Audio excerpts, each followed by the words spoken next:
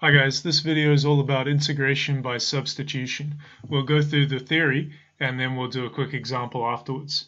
So, to begin the theory, suppose we have a function big A of the variable u, and now suppose that the variable u is a function of x. So this could also be written as a of u of x, depending on how you want to think of the input variable. Suppose also that we have a function y of u, which is again the same as y of u of x, depending on how you want to think of that input variable.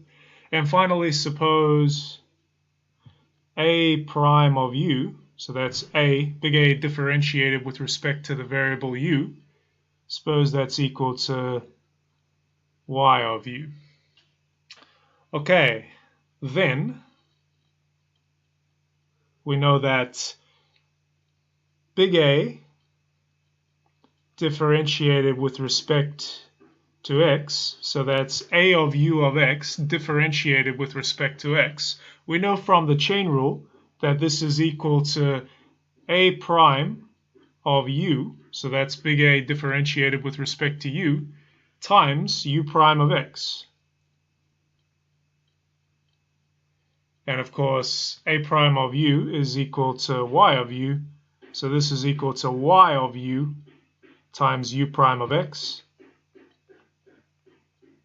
And another way to write that is, of course, y of u of x times u prime of x. Okay, so that's all well and good. That just uses the chain rule. Then, this implies that the antiderivative of this guy right here, the antiderivative of y of u of x times u prime of x with respect to x,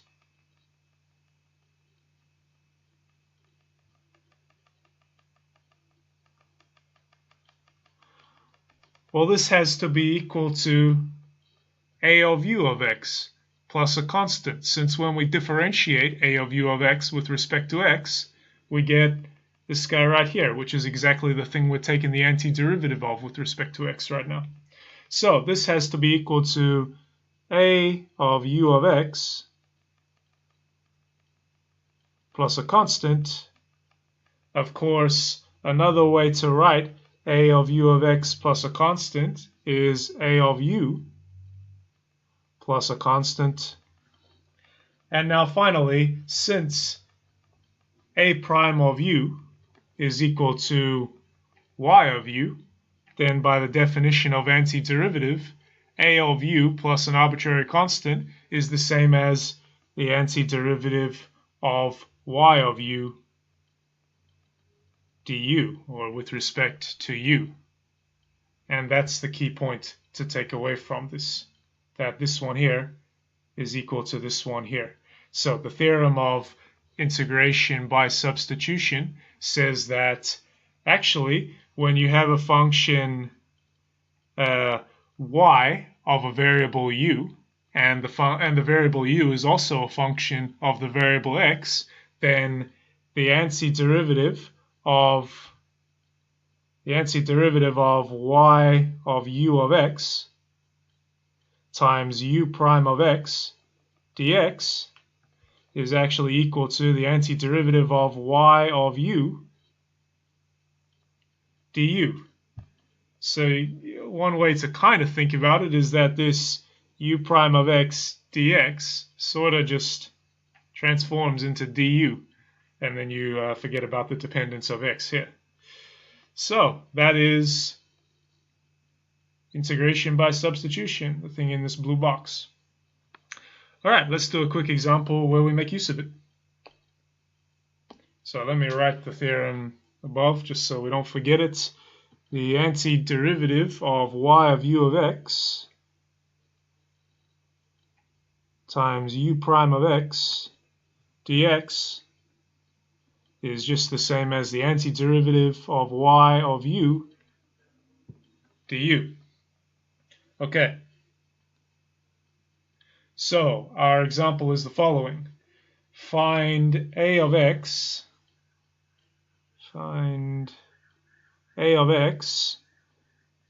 which is equal to the antiderivative of ax plus b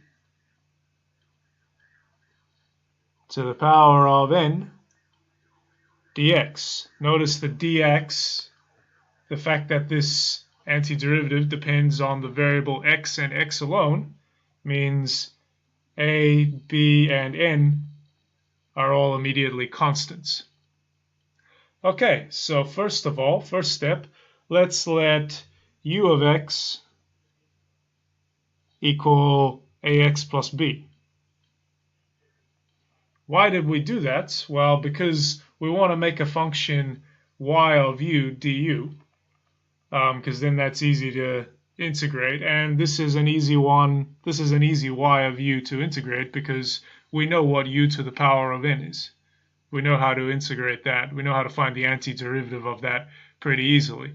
So that's why I chose u of x equals ax plus b. So if u of x equals ax plus b, that must mean that u prime of x is equal to a, where a is just some constant number. Okay, so right now, this thing here is y of u of x, where of course y of u is u to the power of n. So y of u of x is ax plus b to the power of n, where u of x is equal to ax plus b. So what we need is y of u of x times u prime of x. So we want to write it in that form. Well, u prime of x is a. So if we just times this thing by a and divide it by a, it's going to be in exactly the form we want. Let's go ahead and do that.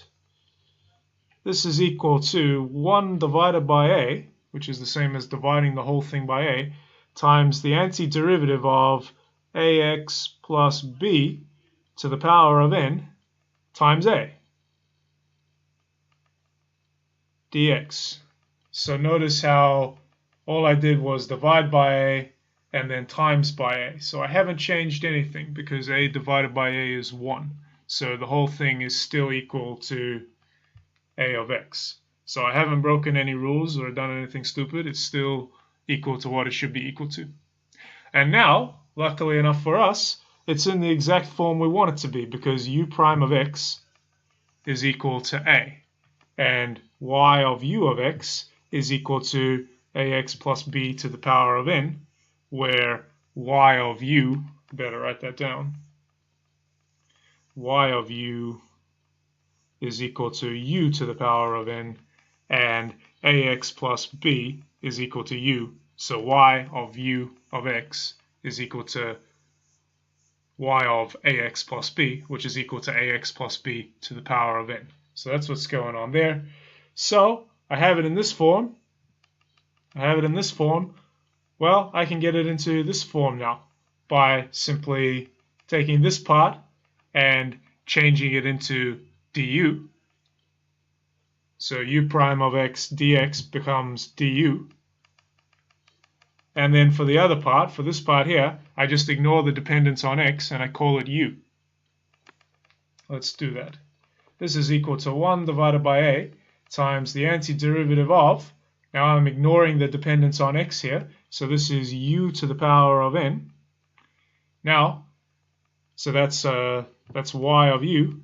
Now I change this u prime of x into just, so u prime of x dx into du.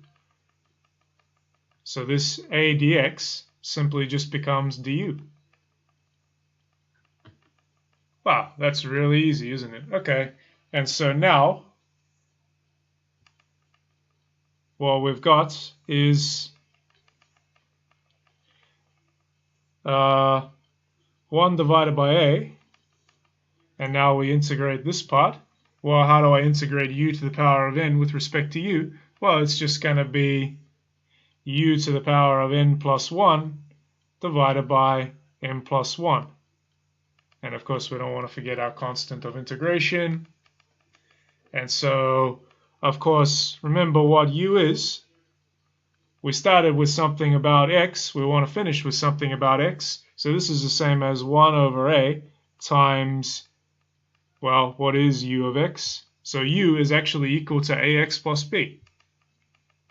So this is the same as ax plus b to the power of m plus 1 divided by m plus 1 plus c. And if we want to tidy that up, it's the same as ax plus b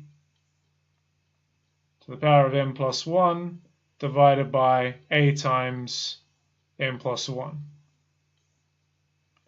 plus c. Remember, when you multiply fraction, you multiply top by top and bottom by bottom. All right, and of course, we already knew this from before because we had a technique for dealing with antiderivatives like that to get this answer here, and we called it the reverse chain rule back then. Okay, so what we can see is actually the reverse chain rule is just a special case of the technique of integration by substitution. Okay, thank you very much for watching. This example was kind of easy. The examples do get harder, so beware of that. You might have to answer some harder questions than that in your exam using integration by substitution. The next video I'll go over a really hard example, so you can look forward to that.